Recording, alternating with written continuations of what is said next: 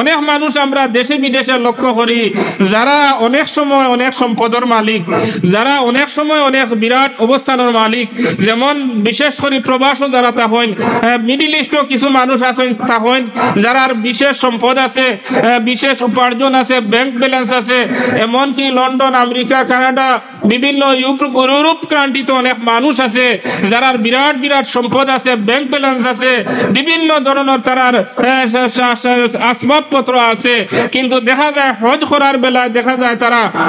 ফরজ হজ না করিয়া উমরা হজ, নফল হজ তারা আদায় করে।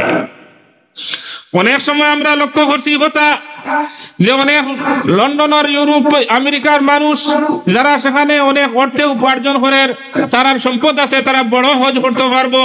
যারার সম্পদ আছে তারা বড় হজ করতে পারবো। আল্লাহর বিধান যেটা তার উপরে ফরজ হইছে, যাকাত ফরজ হওয়ার কারণে তার উপরে যে হজ ফরজ হইছে এটা সে আদায় করতে পারবো, কিন্তু সেই আদায় করার থইয়া এটা রাখিয়া সে কিতা করে নফল এবং উমরা আদায় করে। আরে 100টা উমরা যদি কোনো মানুষে আদায় করে তাহলে একটা ফরজ হজর সমান হইতো না। সুবহানাল্লাহ।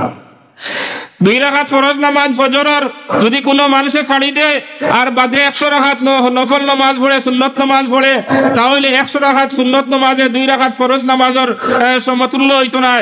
এটার কোনো সমান হইতো না। ঠিক তেমনি ভাবে কোনো মানুষের যদি 100টা উমরা আদায় করে আর একটা ফরজ তার ফরজ ছাড়ি দেয়, যেটা তার উপরে ফরজ আছিল এইটা যদি ছাড়ি দেয়, তাহলে 100টা উমরা আদায় করিয়া তার উপরে একটা ফরজ যে আছিল এটার তাকে সে কখনো কিতা করতে পারতো না, ছুটতে পারতো না, এটার তাকে সে দায় মুক্তি কখনো পাইতো না। যার কারণে আমরা অনেক মানুষ আছি, অনেক মানুষের উপরে আল্লাহ তাবারাক ওয়া তাআলা যাকাত ফরজ করছেন, আর উপরে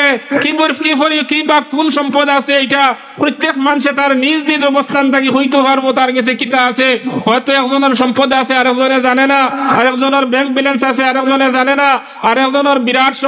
অবস্থান আছে হয়তো আরেকজনে জানে না, কিন্তু না জানলেও যার আছে সে কিন্তু জানে, যার আছে সে কিন্তু জানে। অবশ্য তাই কথা বিবেচনা করার দরকার, এটা তাই গুরুত্ব দিয়ে তাই বুঝার দরকার যে আমার মাল কতটুকু আছে, কতটুকু থাকলে আমার উপরে যাকাত ফরজ হয়, কতটুকু থাকলে আমার উপরে হজ ফরজ হয়। এমত অবস্থায় যদি আল্লাহর বান্দার উপরে এই পরিমাণ ব্যাংক ব্যালেন্স থাকে, এই পরিমাণ টাকা থাকে, স্বর্ণ থাকে, এই পরিমাণ সরু সামান থাকে, আর ই আল্লাহর বান্দা কিতা করে না, হজ নামি হজ যে ফরজ যেটা তার উপরে আসিল এটা আদায় করে না, কিন্তু মাঝে মাঝে গিয়া উমরা করে। আসেন না মানুষ ইলা নাই, ইলা মানুষ আসেন মাঝে মাঝে গিয়া উমরা করে, কিন্তু উমরা করলে কি হয় 1.5 লাখ টাকা উমরা আদায় হয়ে যায়, কিন্তু হজক যাইতে হইলে হজ যেটা ফরজ যেটা সময় মতো গিয়ে আদায় করা লাগে এটা যাইতে হলে 6 থেকে 7 লাখ টাকা লাগে। এখন 6 থেকে 7 লাখ টাকা খরচ করবো, এটা ডরাইয়া 6 থেকে 7 লাখ টাকা তার সম্পদ থেকে বিয়োগ হয়ে দিব, এটা ডরাইয়া 1.5-2 লক্ষ টাকা দিয়া গিয়া উমরা আদায় করিল, আর মনে করো আমি হাজি হয়ে গেছি,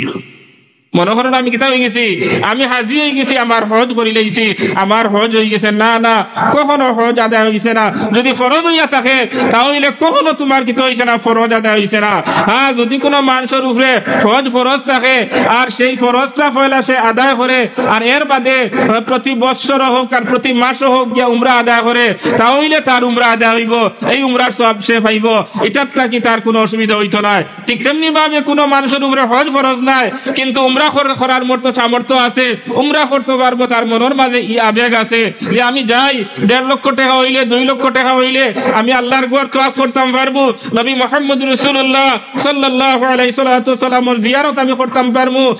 এই ধরনের মনের আবেগ আশা আকাঙ্ক্ষা আছে। বিদা 1.5-2 লক্ষ টাকা খরচ করিয়া সে মক্কা মদিনা যাইতে পারে। এমত অবস্থায় কোনো মানুষের যদি গিয়া তার উপরে হজ ফরজ নাই, কিন্তু এমন পয়সা খরচ করিয়া সে কিতা করতে পারবো, উমরা করতে পারবো, এই অবস্থায় যদি কোনো মানুষে গিয়া উমরা করে তাহলে এই উমরার সওয়াব আল্লাহ তাবারাক ওয়া তাআলা তার দান করবা। সুবহানাল্লাহ।